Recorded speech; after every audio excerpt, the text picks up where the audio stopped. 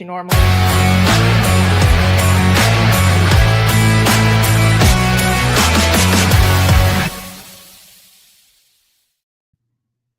What's up, everybody? Welcome back to another episode of Boots, Banter, and Beyond, the stories of Irreverent Warriors, the show where stories about how humor and camaraderie have changed lives for the better. As always, I'm your host, Eric Schessel. Today, we are joined by local coordinator, Jessica Brennan from IW Maine. Jess, how are you, my dear? What's going on? Pretty good. Rushing with everything, trying to get things done. You don't have anything that needs to be done, right? Your hike is good. You're done. You got everything under control. No. Well, I got it under control, but yeah, there's a lot of things that needs to be done. Before we talk about your Silkies Hike, I don't want to jump around too much. We want to know more about who you is. So tell us about your branch of service, what you did, your job title, all that good stuff. I was in the Army. My job title was 88 Mike Transportation, and I was in for 13 years. Well, almost about 13 years. It's like 12 years, and I was like 4 months way shy from being 13 years. And then what else do I need to say to you? I always forget the rest. I don't know. 2 combat tours to Iraq, both were a year, and then I had 3 months to Afghanistan. So I've got 3 tours underneath my belt. Nice. And then I got medically retired from the Army due to injuries and then mental health injuries. So that makes sense. And well, I mean, good shit, doing doing 3 tours and stuff like that. Not a whole lot of people can make those claims. So good on you. I was gonna say I knew a lot of 88 mics. If I would have stayed my full 20, I would have had like just combat stripes up the arm because we're always deployed. Yeah, especially you transport people, right? Because I mean, you need the wheels, right? You got the wheels keep everything rolling, right? So that makes sense. Yeah, definitely. You guys would be out there doing all the things. So, all right. So after you got out, so how did you find out about Irreverent Warriors? So I got out in 2015. I was in school for 2015. I went from being behavioral health, rehab. I was doing a rehab degree, and then I was like, I don't like that. I was like, I'm gonna change over to the scientific stuff because I like scientific and medical. So I got my degree in biology, like pre-med. That got swapped to just a general biology degree. And then in 2021, well, actually, it was, I think during COVID, 2020, a really good friend that I met at the Warrior Games, Sergeant First Class Andrew McCaffrey, really great friend, always told me that they would never let him get him. He was talking about like killing himself. And then COVID hit, and then I got the message that he killed himself. So that was my first buddy I lost. Great dude, like awesome. He was in SOCOM. And then what was it? And then in 2021, then I got probably the worst call that I could get from my dad, and my brother had shot himself. So that was number 2. That was really fucking devastating.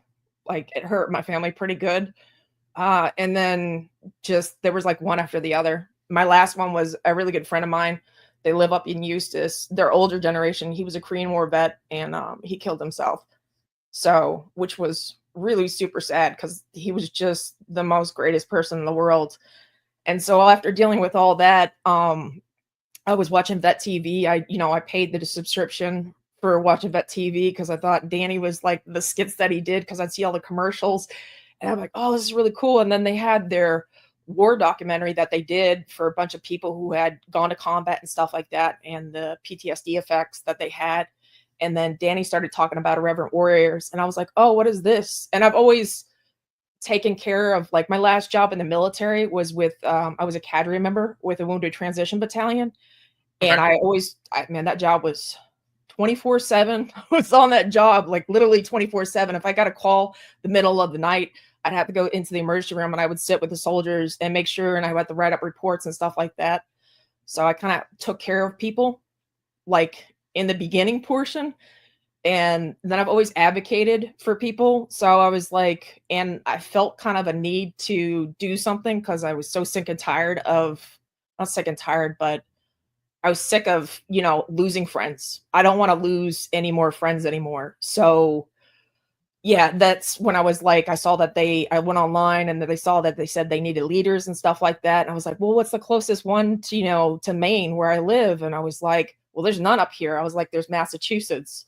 So I was like, well, let me put an application in and see what they say. And lo and behold, Cindy wrote me back and she was like, yeah. She's like, let's do an interview in like December. So we did an interview December and her and Nate were in agreement. And January, I came in 2024, like I came for national conference, and yeah, I hit the ground running after that. Yeah, you did, because you're a Chesalite. Yes, definitely. Yeah, Well, so those are kind go of my ahead. whys. There's more. That's a very personal reason, and I usually explain that to people. But I myself have been through that similar. Like you're on that level of you've hit rock fucking bottom, and you don't know where to go. And I did try to take my life, and I failed at it. So therefore, yeah. So I've been at those levels like where people get, and it's really fucking sad.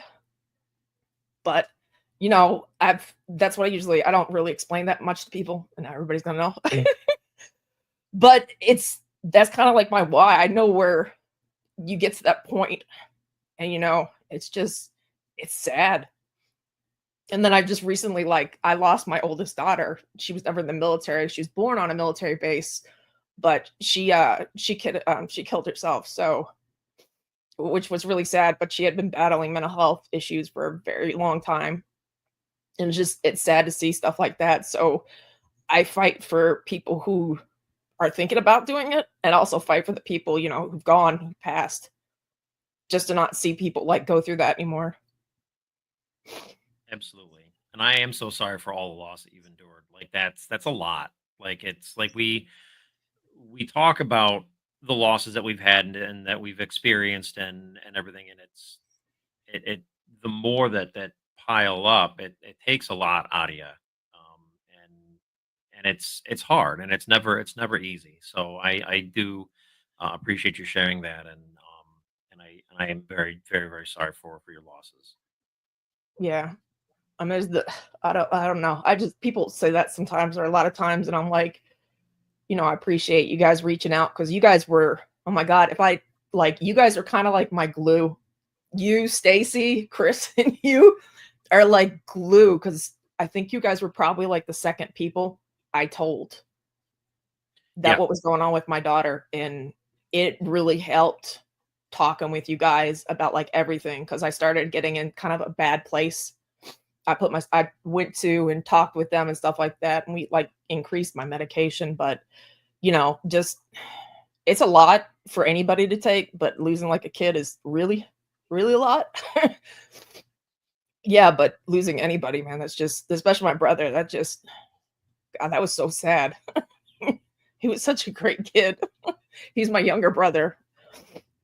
So, but yeah, it's a burden, but I'm okay. Like I would rather do something because that's the type of person I am. I'd rather do something and make a benefit for somebody. I know Stacy had said that. She's like, people with the other LCs, they talk about that. Like people come up to them, they tell them like, "You saved my life." Probably cry with them and then probably like give them the biggest hug ever. But that's what I'm here for. I don't want to see it anymore. I hate it. Yeah, no, and I mean, and you're right. Stacy had talked about it. I know that people have come to me and talked to me about that kind of thing, and and it goes with the territory. It's good because we know that the organization and what we do works, right? If you have one person that comes to you and tells you that this event or your organization helped save my life, and then it's all worth it, and that's why I continue, because I know that we're having an impact. You're having an impact. Stacy's having an impact. Chris is having an impact. Everybody else is. We're all having an impact. It's hard to sit back and wonder about the level of impact that we're having in this organization. But I mean, if you're able to sit there and be like, no, we literally, like, I know I saved one life with the Silkies Hike because they told me, then worth it. Like that's one person that didn't join that statistic. Yeah, that's usually what I say to people when they're wondering, like, about the organization. I'm like, "If I can save one life, that's all that matters." I was like, and I just to get him out of that dark space, get him into something. I know this organization, I feel like I'm actually a part of something for like the good of like people because I've always been a veteran, like advocate for like veterans because I got a point of position with my general. And oh my God, my cat. She just opened my door. But yeah, I'm been an advocate. So I got appointed a position with the governor and I solve problems for the state of Maine veterans. Like I hear things, especially with this job, I'm on the front lines. So I hear things that a lot of times other people don't get to hear and just bring some type of solution. And a bunch of us, we get together every 3 months and we talk about solutions for veterans, homeless situation, suicide situation. Like if there's problems within our VA system, for like our local one here in Maine. Well, there's multiples, but like the big one, Togus. Yeah, Right, we right. just we work on stuff that would possibly bring change, good change for the veteran community. Well, that's awesome. That's good. I mean, because you are now going to be able to have like a direct impact on the veteran outlook, in the state throughout the state of Maine, and like that's awesome. That's good. Good on you. That's good shit. Yeah, I think my dad always says he's like, you should be really good in like the veteran advocate community. I'm like, nah, dad, I don't think that's for me. And then lo and behold, I mean, I finished my biology degree, but then I kind of pivoted towards like this is my bread and butter. I'd probably burn myself out before I would stop doing this stuff, which I know being at LC it's pretty big burnout. And I can see why. Yeah, absolutely. No, it can. It can definitely burn you out. All right, so we've kind of covered. Well, we covered all the things. We kind of touched on your why. We touched on how you became a coordinator. Um, your first hike is bam, July Oh shit. 12th. Oh, look Oh at this. shit. So beautiful. So, all right. So talk to us. And obviously, anybody who knows anything about Maine is going to be like, of course, the lobsters make sense because that's what Maine is known for. Maine and the fact that you guys are basically part of Canada. Um, Or what so people think is Boston. They're like, "Oh yeah, Boston, like Massachusetts." I'm like, "No, you gotta go two no, more you got to states up." go. You got to go further. You got to go until you find Sasquatch. Like that's Sasquatch and like maple syrup, and then like lobster and stuff like that. But We got maple syrup here. It's actually pretty good. I never thought that as a kid, and now that I live here, I'm like, this is actually pretty good. I like it. right? Like Vermont maple syrup is really good. Like you don't go to Stop and Shop and get the local brand. No offense to Stop and Shop. You want real maple syrup. You go to the places that actually like legit make the stuff, and then they're renowned for it. Well, we have like in Maine on March, like I think it's the last second to last Sunday in March, we have a maple syrup Sunday. So you can go around all the different places that like collect maple syrup and they'll show you like their big, huge like burners. A lot of the farms do. And they'll show you like how it's made. And there's this one JB Farms. We went twice now, and it's got maple syrup for like a balsamic vinaigrette type thing. Oh my God. I didn't think that would ever be a good thing, but it's really good. When you go to like that thing, do you get to like go around and sample all the maple syrups? Well, they'll give you like they'll put ice cream like a vanilla scoop, and then they'll squirt like a little bit of like maple syrup on top. I didn't think that would ever be good. And I'm like, "Ooh, man, this tastes really good." So walking out of there with diabetes, essentially, just all the maple syrup and the ice cream, apparently. Natural diabetes, yeah, yeah. Natural diabetes, yeah. Okay. All right. Interesting. All right.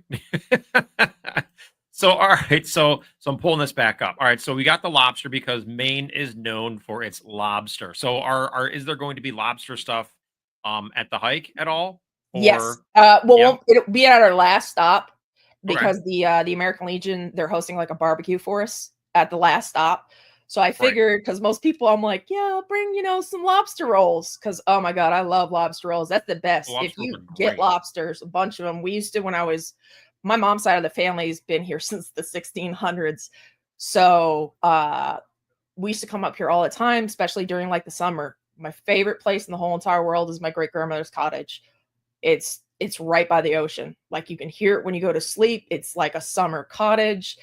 So Nice. back in the day, lobster used to be very cheap. So we would get a bunch of lobsters. We would cook them, sit around the table. I was at the kids' table because it was like a small little table. But we would have lobsters that night. And then the next morning, my mom and my great grandmother, which she's a phenomenal cook. She was almost like a chef. Her food was just everything was from scratch. Nothing Okay. couldn't. She ate like cornbread, like the Jiffy Pop. No, she was against that. But everything was made from scratch. So she'd make my mom and my grandmother and everybody would make like lobster rolls. So like the light mayo on it. I think that's what it is. Yeah, and then it's like cold lobsters, and then you have like a buttered like what is it like piece of bread, and just it's good. So all right, so we're on the topic of lobster rolls. So what is the correct way to have a lobster roll? I think it depends. Some people like them because Chris was talking about it. He was saying, what was it? He's seen some people like it with like butter. So it's Right. like a warmer and just chopped up pieces of the lobster. And then they have like butter and then I think a plain piece of bread. But I like it with a little bit of mayo. That tastes so much better than just warm with butter. I mean, it's great and all, but that's like if I was eating a lobster and putting in warm butter. Right. Could you do mayo and butter? I don't know. I'd have to ask my mom because she's like a really good cooker and she knows all about these things. Well, I was gonna say, well, I mean, you're right, but I mean, I don't know. It's because trying to figure out like if I like, so if I come up to your hike, and when I go to have a lobster roll, like I want to make sure that I'm getting the good experience, right? I don't want to just have a lobster roll and just do whatever and not be able to appreciate the experience because I'm a foodie. I love food. So if I'm gonna have a lobster roll, I want to have it the right way. So you're recommending mayo instead of butter. Light mayo, but there's like you can have food and like some people like this, some people like that, some people like in between. So for me, Well, yeah, it's but the mayo because that's what I'm used to. those people are wrong. No, right? Tell me no, you're wrong. Right, you're wrong. You're putting butter on that? What that's wrong. It's gotta be mayo. Yeah, there's a famous restaurant here that people go, all the tourists go down in Wiscasset called Reds. They overcharge for their lobster roll. Like it's so stupid expensive. I don't like it. I don't like Reds. There's like a shop literally right across from it that tastes like way better, but it's owned by the same owner, I think. Is there like a location like the original, like the progenitor of lobster rolls, I would like in have to Maine? probably go into the history books. I don't think there's like a specific spot because lobsters were always the poor man's food from my Right. Yes, yes. understanding historically. So somebody came up. Hopefully, they probably were a little bit richer because I know Mayo, you get that I think on an EBT and welfare. Yeah, but that's probably how it ended up getting made. Somebody was like, "Yeah, let's do this." I'd have to ask my mom that question or Okay. a original Mainer. Well, right. Well, because I'm originally from Buffalo, New York, right? So Buffalo, New York is known for their buffalo wings, but there's all kinds of places you can go to get a good wing. But the original place is always the Anchor Bar. But the Anchor Bar may not be the Oh, best place to get the wings, but like Anchor Bar is where the wings, like if you want to go, if you're going to Buffalo, I always tell people to go to Anchor Bar because that's the place where wings were created, right? Where the original buffalo wing came from. Nowadays it's not what it used to be back in the day, and there's other places like Duff's and all that where you can get good wings, and so that's just kind of where it's at. And so that's why I asked about the lobster rolls, because if the lobster rolls have a place, like a location that they were originated from, like that would be a good touristy thing. yeah, just I know a lot of places like they offer the lobster roll. It depends. Some are good, some are right, and stuff like that. Most of the time, I'll get them off like the wharfs. That's probably where your best price point is off the Right. wharfs. If there's like a restaurant right by there, which most people have lobster rolls on their menu. Cool. Well, I just might have to Google that later and figure out where the original lobster rolls were created. And when I Yeah, make now my you way got up to your my hike, cogs turning. I'll be like, okay, Eric, this is where it was. hey, I'm curious. But since we're on the topic of food, right? So, do you like whoopie pies? Yes and no. Depends on who makes them. Well, isn't the originator of the whoopie pie is Wicked Whoopies, right? I'm Yeah, that's 99% sure it is. I yeah, think it's it's Wicked there's a Whoopies. festival that has like a huge whoopie pie like festival. I can't remember where it is, but they have like a huge festival. Like there's multiple different like whoopie pies that people make. Yeah, Wicked Whoopies. I think they were in Portland is where they were, and it was a store. You walked in, and you could get like it was just wall to wall, like all the different types of whoopie pies, and it was like Sarah and I walked out of it with like a box of whoopie pies. Just it You was must have some were been really good. stuffed. Oh, I mean, we didn't eat them all like in one sitting. It was like they took us a few weeks to get through them all, but I mean, it was yeah. So I was wondering, so I was always curious about whoopie pies too, like if you like those. Yeah, I whoopie know they pies, could like, probably be you hit can or get them miss, but all different places. There's all different, like, flavors and stuff like that. Some of them make them like, way too rich. I'm like, that's, like yeah, it's a little too much for me." eh. All right, so now we were let's now I'm getting hungry now. I want dinner. So we're bringing back your hike poster. So ladies and gentlemen, by the way, you guys can take a look, right? So look on this flyer. Guess what's on the Look, bottom it's right hand fun. corner of that flyer where I'm pointing to?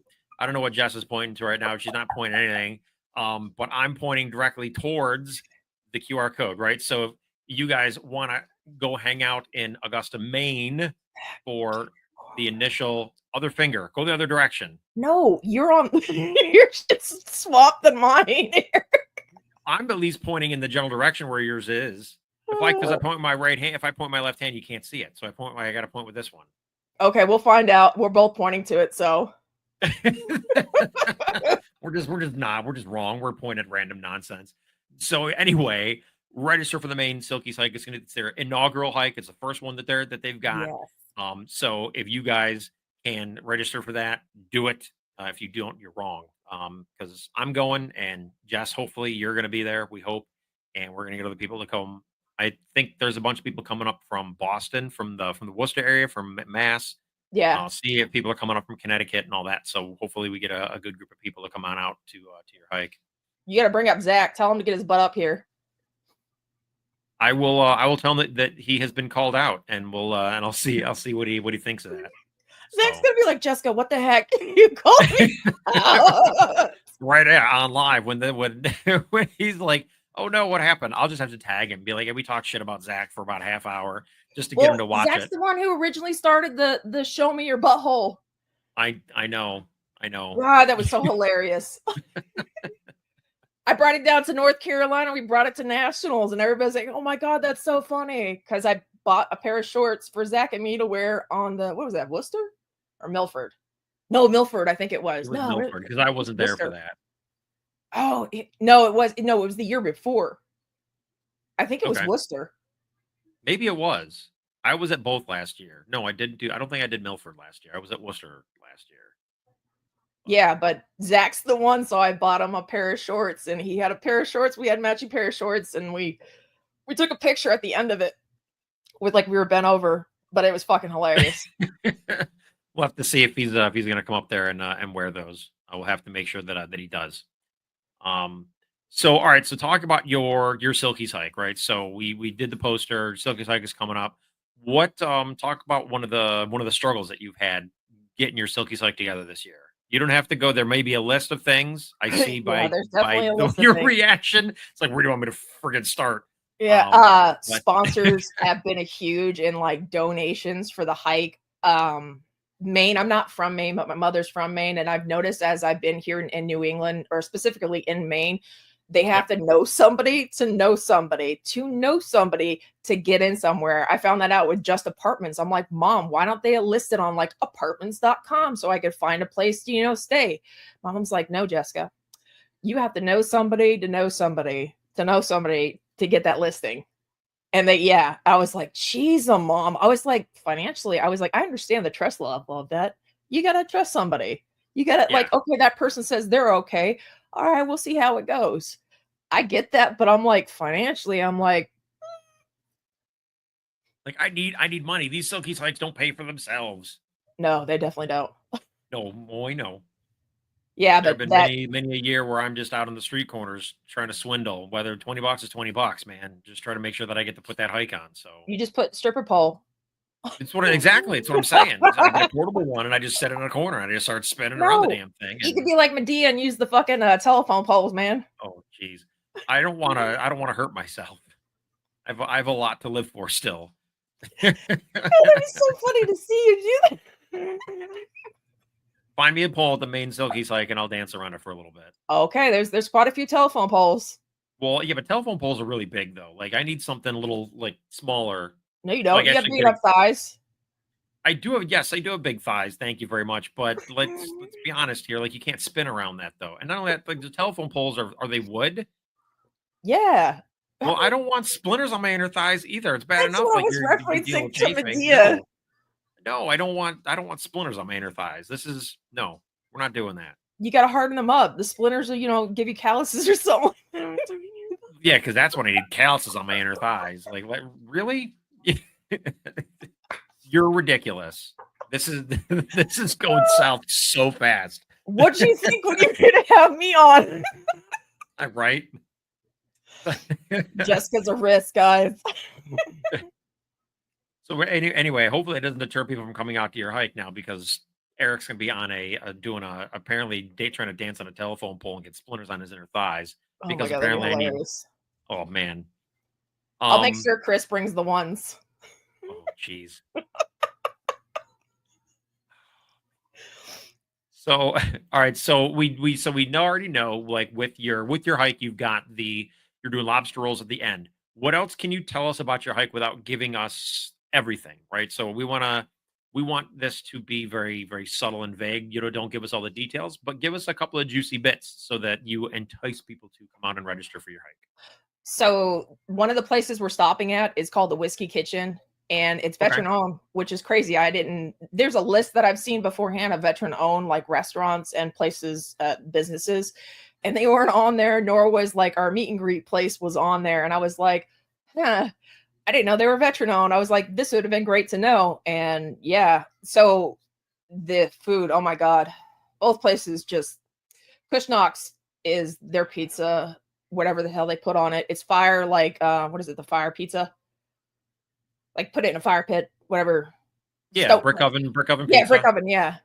So they put brick oven. They actually like on the top floor, we'll be on the bottom floor, but the top floor, they actually have the pit where they like the brick oven and you can see them put it in the fire. And then their beers, from what I've heard, I haven't tested them yet, but they're really good. I went to there because I used to work for the Department of Marine Resources. And the first, I think, day that I was working, we met up to like have like a meet and greet with the workers. There's like 6 or 7 of us who were working. So, but man, I didn't think crab ragoon on a pizza would be good. Yeah, I had the same exact face, but the ingredients inside it, whatever they put on top of there from the crab ragoon it was good.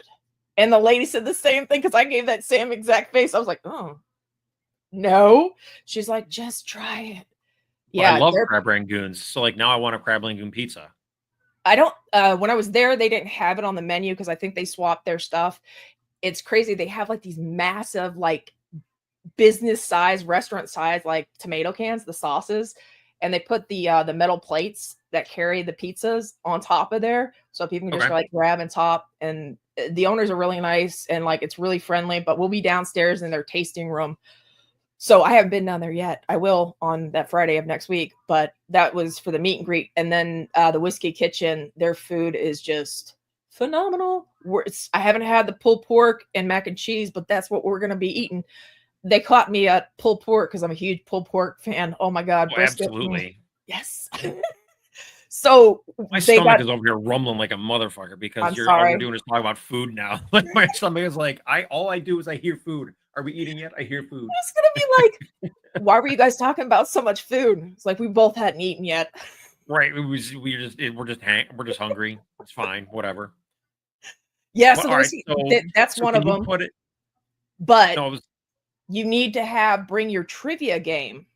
So if anybody like myself and you, Eric, love trivia, there's going to be a trivia game while we're having like a buffet style, like serving, which is a great like icebreaker. Cause I love a good competition. That is so much fun. It's not always a competition, Jessica. It is for me with trivia. Cause my dad is a trivia. Like I tell him all the time, he needs to be on Jeopardy, but he's trivia like God. You might have competition. So can you reach out to the place and see if they could put the crab rangoon pizza on the menu for us for the hike? Oh For yeah, the yeah, meet and greet? yeah. I can do that. I don't know if that's I don't possible, know. but I Right. can call up and ask. That's just me being greedy because now I kind of want to try it. And now that you mentioned it, it was because I love some crab rangoons. Like crab rangoons are delicious. Crab rangoons on pizza sounds sketchy and weird, but I want to try it. Like I will go on that adventure. Like I'm good with that. Like let's go. Yeah, they had some. There was one I think like spinach, and then there was like applewood bacon and like some other. Oh, I think it was like artichokes or something like that too. And I didn't think it was like artichokes, yes, but I was like, I don't know about the other stuff. And it actually tasted really good. Cassie, my daughter, I brought it home in a box because we went for the hike that day, and I brought it back, and she was like, "Mom, this is so good." She ate the whole thing. Well, so like, because there's a spot down here in Connecticut. So the next time when you guys make your way down here, we've got Two Brothers. It's owned by Nico, right? Ooh. And they do the same thing. Like they rotate pizza flavors and stuff like that. But like their two favorite pizzas of mine is they do a chicken and waffles pizza, which is absolutely flipping amazing. Oh no, Ooh, it's like sounds yeah, good. no, when it's on the menu, like I will go out of my way to try to get down there so I can get one or two of those pizzas and bring them home to snack on for a week because it's good. And then they do a Big Mac pizza, Oh, that sounds and pretty good. it legit tastes like you're eating a Big Mac on a pizza. Like it's like no, it's yeah, no, it's like my inner fat kid is like yeah, that's absolutely amazing. But yeah, but Nico, I mean, you met him, like you probably met him. He comes out to the Silkies hikes and stuff like that. He does the one here in Connecticut and stuff like that. So The same name if sounds really you familiar. yeah, if you saw a picture of him, you'd be like, oh yeah, that guy. Yeah, pretty So much. Nico's probably on here right now, like really serious. I'm like, he I might saw be. I might have Nico. just tagged him in and be like, yeah, bro, we just kind of we talked about Two Brothers. But when you come down for our hike, we'll have to see if we can't do get some of those pizzas Okay. somehow. There's All right, another clue I can give you about my hike. I've already sure. posted it. There is sturgeons. I don't know people there. It was crazy. So last year I had to certify with my service dog because I finally got him last year because he was my successor dog because my previous service dog had died, Brett. And we were sitting there, and she's from New York, and I was like, "Have you ever seen Atlantic sturgeons before?" Because I was working with DMR, Department of Marine Resources. I knew about the sturgeons. They migrate up the river from the ocean. So, and I had watched them beforehand, and they jump like probably about a Yeah, good 4 or 5 feet up in the air, and they're fucking huge, they like are. massive. So, a portion of our walk is right next to the Kennebec River, and hopefully, which I'm hoping, because around the time frame that we're going, should be a good enough churn up of like sturgeons. Because the guy who was doing photography one time, he didn't even know about that, and he'd been living in Maine for like 20 years. So he was like, "Oh my god." He was like, "I would love to take my kids down here and just sit and watch." It yeah. So it's really cool watching almost 14 feet fish jump out. I was with Marcos yesterday. We were taking videos, and he was like, "What the heck is that?" Well, like, so what are the odds of somebody getting like one jumping out of the water and hitting one of us, like as we're walking by? Like, Pretty is fucking that a 0 to thing? none. But Well, you'd be that's able to not. see them. I don't. They jump like all over the portion of the river, but it's the coolest thing because I thought the first time I ever saw them when I was picking up Atlanta salmon, I used to transport them up to a different location, and I was like, "Why is there a river dolphin in the river right now?" I was like, "I didn't know we had river dolphins." And then the guys at the dam had told me, they're like, "No, that's a sturgeon." I was like, "The fuck?" I was like, "Oh my god." Yeah, so they just like the size of them are huge because you see pictures Yeah. and you're like, oh, they're not that big. When you see them, they're huge. Oh yeah. No, like because I used to like one of my favorite shows was River Monsters, and like Sturgeon was on one of those episodes and stuff like that. And so Oh, they were on there. I want to say Sturgeons were on there because they're just massive fish. So yeah, it's I don't know. It's hard to like get people's like you can explain everything like size wise, but when you see it in person, it's a whole different story. they're massive effing fish. That's all we Yeah, got to so know. That's all y'all got to know. The massive effing fish, and you can come see one. You can't pet one because you're not going to be able to get close enough, but You can see Yeah. them. No jumping in the water. Yeah, please don't, because that Kennebec water or the river used to be pretty gross back in the day, like the 1970s. The people at the water department, they were like, it used to be on fire, like trash would be. Oh, It's better now, but I wouldn't swim in it. fair enough. Like the All right. ecosystem's returned. Right. Yeah, we don't know how to do that. That's fine. Well, all right, cool. So that all sounds amazing and a lot of fun. Like I'm excited. Like I'm more excited now than I was yesterday. And I'll Oh, probably be more thanks, Eric. excited tomorrow. So a little more excitement each day before we get to the hike. Just a So little. a little bit. So all right, so a more serious question now. So if you're in Maine, you're wandering around and you come across a random veteran, they may have heard about Irreverent Warriors. They might not have heard about Irreverent Warriors. They may have heard about the Silkies hike or whatever, and they may just haven't pulled the trigger yet. What do you tell them to convince them to come out to either one of your vet togethers or the Silkies hike? Usually when it's a veteran, because I've been usually been at like higher vet we have in Maine that the VA has put on. Augusta's like huge. The Civic Center, there was 165 different vendors last year that were there, and there were like thousands of people I think that came through who were looking for jobs or resources. And I was sitting there, and a lot of the veterans came up. And the one thing for myself I know is that I usually tell them, I was like, do you always feel like, you're missing something? Like something's not a part, like you miss you miss being in the military. I know, yes, and a no question. I miss being in the military, but no, I don't listen, like the politics of it and all that stuff. Yep. Yeah, the rigor. Yeah, so I don't miss that, but I miss the togetherness. I miss the laughter, the camaraderie, the stupid stuff people would do in the military. Like I did not just see what I just saw, and you're like, yes, you did. You just saw Yeah. it. Especially if you had soldiers who like to do bad things, you'd be like, nope, nope, put it down, no. It's like a bad dog. No, bad dog. No, more Got like it. a toddler. Well, yeah, that too. Yeah. Yeah. Yeah. We'll go more with toddlers. That's usually Dogs the are worse. thing that I talk about, and I was like, it's usually like the togetherness for me that, and most people like when they're talking to me, they're like, yeah, I do. I feel like I don't belong to, because you don't feel like you belong in the civilian population. You don't like, and you don't see a lot of veterans like you used to back in the day, because unless you go to organizations that are holding stuff with veterans, that's usually the only way that I know of, or at least in my state that I know of. There's not a lot of, there's National Guard that we have here, and then we have the, what is it, the Coast Guard, and then the Navy further down south, like towards Kittery. Yeah, but there's not from what I'm used to, because I was active duty. So I'm not used to not having, like, there's no commissary. Well, I think there is a commissary up in Bangor, possibly, but it's small. But I'm used to like big commissaries, like post and base and stuff like that. And there's not a lot like that. So I feel very isolated. Maine's like that. And I really hate that it's like, I don't hate it. I love it. But it's getting to the point where it's like I want to still have interactions with, veteran friends, like getting out, doing stuff with people, regardless of what it is, writing class, guitar, like pottery class, like going to the movies or something like that, getting a coffee together, just doing anything to get out and like just have fun, or Yeah. talk to each other and just like listen to stories that they got going on.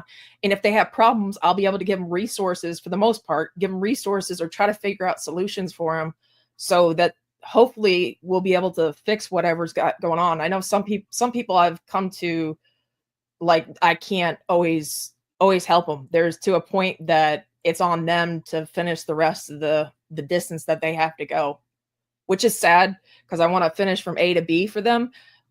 But I've learned through the years that I need to, at some points it's going to have to be them that take the additional steps. You can't always walk them through with, like, your hand the whole entire time. Right. Which I would like to, but the same instance, it burns me out too. Yeah, you gotta walk that fine line of help and then also accountability, right? You can't do everything as much as you want to do everything. So I get it. Yeah. Well, good.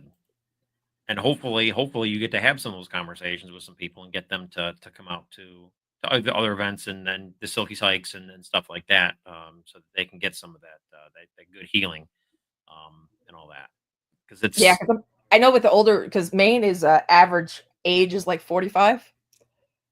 So I mean, that's like 4 Ah, years ahead of me, but yeah, but it's an I don't want. older Hey, I'm what? 44. I'm already an old man. No, I'm saying like it's 4 years up above me. Like I'm almost at average age. I think yeah, 35. Wait, yeah.